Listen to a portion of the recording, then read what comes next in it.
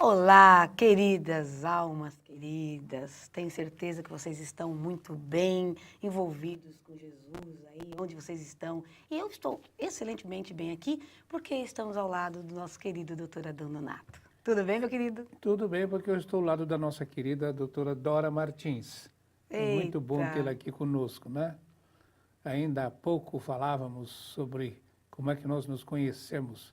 Eu fazia o programa sozinho e aparece a Dora. Aí o programa adquiriu vida, outra vida. vida, Calma, era querida. muito viva, era maravilhoso. Eu só vim aqui dar uns pitacos aqui. Então, Ô, meu querido, olha só, mas é tão gostoso você ver a vibração daqui maravilhosa que está hoje. pois é. Impressionante. E E tá tudo apesar, bem? apesar do trânsito na cidade estar terrível, né?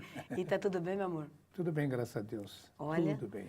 estamos aqui muito felizes, estamos aqui com a nova produtora maravilhosa, um beijo. E estamos tendo aqui uma questão, doutora Adão, tão importante que nos chegou aqui de fora, dos Estados Unidos. Sei. Hoje o programa realmente muito interessante, muito importante.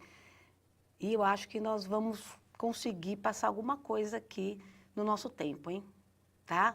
Hoje já tive uma oportunidade de escrever num determinado lugar sobre a ausência de muros, né? Sobre o um só rebanho e um só pastor. E olha só, é dos Estados Unidos. Exato. Né? Tá Não há vendo? mais distância hoje. Pertinho, pertinho. Olha só. Nós podemos? Sim, Olha só. É de uma alma querida feminina. Queridos doutor Adão e doutora Dora, tudo bem com vocês? Queridos amigos, tenho uma pergunta em relação à tragédia que aconteceu com uma conhecida onde moro. Ela mora nos sei. Estados Unidos. Ela tinha acabado de pegar a filha na escola e foi fazer uma pequena revisão, uma faxina, né? Lá fala revisão, mas é faxina, em uma casa de veraneio, antes dos turistas chegarem. Ela desceu e deixou a filha no carro e foi até a propriedade onde foi assassinada por um jovem casal. Moradores de rua e usuários de drogas que tinham invadido a casa. Quando eles tentaram fugir, perceberam a filha de 7 anos no carro. Pegaram a criança, levaram até a casa e a amarraram em um quarto e depois fugiram. Mas foram capturados horas depois. Várias questões me surgem na mente. Então a questão é, várias questões ela está trazendo com Sim. essa situação. Entendo que todos desencarnados, no momento que precisamos, todos se desencarnam no momento que precisamos e por circunstâncias que necessitamos. Mas ninguém vem ao mundo com a incumbência de ser assassino. Então, qual a ligação entre os envolvidos? Para que essa ligação com um fim tão trágico? Essa é uma questão. A segunda, como ter compaixão e não se envolver emocionalmente ao ponto de ficar abalada com tamanha atrocidade? Segunda pergunta, né? Ainda sofro com os desafios de compaixão, empatia e tomar as dores do próximo, como no momento que aconteceu. Já me veio projeções como a dor do esposo, da filha, da mãe, a família e amigos, de todos os envolvidos. E aí fica sufocante. A cabeça não parou de pensar em tudo por muitos dias. E a terceira questão que ela traz: como posso me acalmar? Mas em relação a tantas tragédias que aconteceram no dia a dia no mundo todo, para que eu possa vibrar com mais tranquilidade e paz para mim e para o mundo. Tem uma fórmula mágica?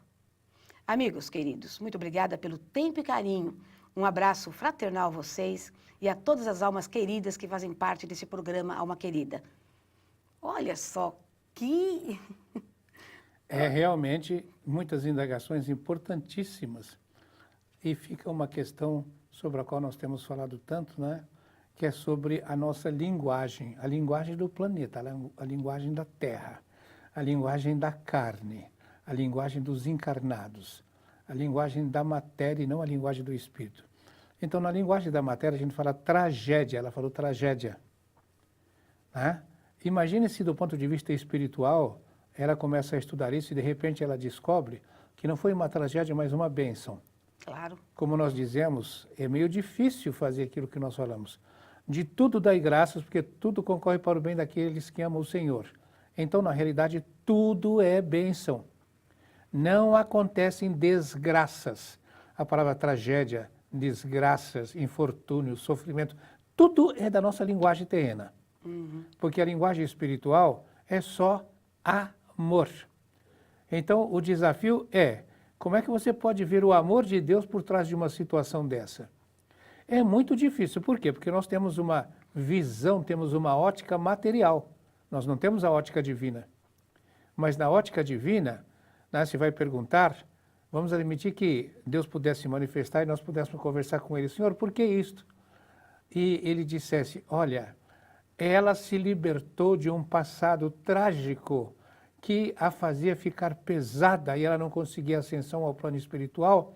E aqueles jovens que invadiram a casa e que se sintonizaram com entidades inferiores, e essas entidades inferiores que estavam naquela casa, outros não eram senão parceiros dessa irmã dona da casa, do passado dela, e ela encontrou-se com eles e teve a graça, a bênção de se libertar de um passado terrível que a fazia ficar pesada para que ela ascendesse aos planos espirituais superiores através daquilo que vocês chamam de tragédia e desses planos ela pudesse ajudar tanto aquela filha que ficou sem ela, tanto o marido que sofreu pela partida dela, como ajudar aqueles dois jovens em razão do perdoa 70 vezes 7, não resista o mal, mas transforma o mal em bem, cuida daquele que te persegue, bem-aventurados sois quando por amor do meu nome vocês forem perseguidos, tal, tal, etc. Ela descobrir que a espiritualidade é o prêmio que está por trás de tudo isso. E que todas essas coisas acontecem como se fossem currículos, ou se não aquilo que nós chamamos de pauta cósmica, que está do outro lado e que nós aqui pensamos que disponibilizamos de tudo, né? E lá na minha terra, Minas Gerais, tinha um provérbio que dizia assim, o homem propõe, mas é Deus que dispõe. Né? Ela se propôs aí fazer uma limpeza lá naquela casa. E a limpeza que ela fez na casa custou a vida dela. A limpeza não foi uma limpeza material, foi uma limpeza vibratória. Né? E veja, essa filha vai se perguntar muitas vezes, por que aconteceu isso comigo? E quando ela se perguntar, ela vai começar a ter respostas, mas ela vai começar a indagar. Compreende? Ela vai perguntar sempre, por isso, Senhor, o que queres que eu faça? Até ela entrar em contato com essa esfera superior. Senhor, o que você quer me ensinar com isto? O que é que você quer que eu faça? Me ajude, porque sozinha não dou conta. Mas tudo posso naquele que me fortalece. Se você me ajudar, eu posso. Compreende? Claro. Aí, lembrando, escândalo é necessário, mas Exato. ai daquele que praticar. Né? É necessário que venha o escândalo, mas ai de quem o praticar. Por que é necessário que venha o escândalo?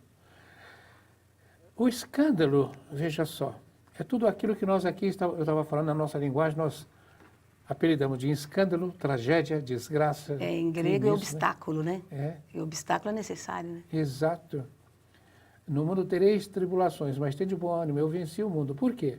Venci o mundo porque meu reino não é deste mundo. Não fica pensando que o seu reino é daqui, se o meu não é, o seu também não é. O reino de Deus está dentro de vós. Você tem que procurar usar tudo que tem no mundo para você construir degraus através dos quais você vai subir para os planos superiores.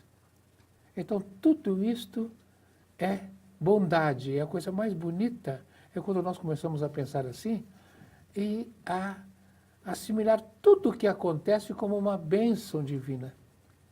E aí você começa a viver certo de que Deus está te carregando, aquela brincadeira que nós fazemos, né? Como se você fosse um bichinho de estimação numa almofadinha de veludo. Até com esse negócio do crime, até isso tudo é bênção. Você vai descobrir depois de muito tempo, talvez, quando você passar para o plano espiritual, que aqueles dois jovens foram seus filhos noutra encarnação. Aquela filha que foi amarrada e que não foi morta, pode ter sido uma rival deles e que agora eles, com o sofrimento decorrente disso que eles fizeram, eles criaram uma limitação para eles, né? O Paulo de Tarso diz, né? Não vos equivoqueis, de Deus não se zomba. Aquilo que semeardes, isto mesmo havereis de colher. Aí ele fala, se semeardes na carne, os dois jovens semearam na carne, colhereis corrupção, ou seja, uma limitação. Se semeardes no Espírito, colhereis para a vida eterna. Então, o que nós temos que fazer? Semear no Espírito. Semear no Espírito é perdoar 70 vezes 7, andar uma segunda milha, dar o outro lado da face. Dar o outro lado da face, nesse caso especificamente, é rezar por aqueles dois jovens. Ajudá-los, porque eles precisam de orientação. Estão aqui no mundo para isso. Precisam de orientação. Claro. Bem, como nós estamos indo para o intervalo, nós vamos fazer o seguinte, doutor Adão. Nós vamos falar, essa situação traz muitas, mas realmente muito que considerar. Muitas pessoas estão sentindo talvez a mesma coisa que ela, revoltados com o mundo, aquela coisa toda, vendo muita coisa negativa, etc.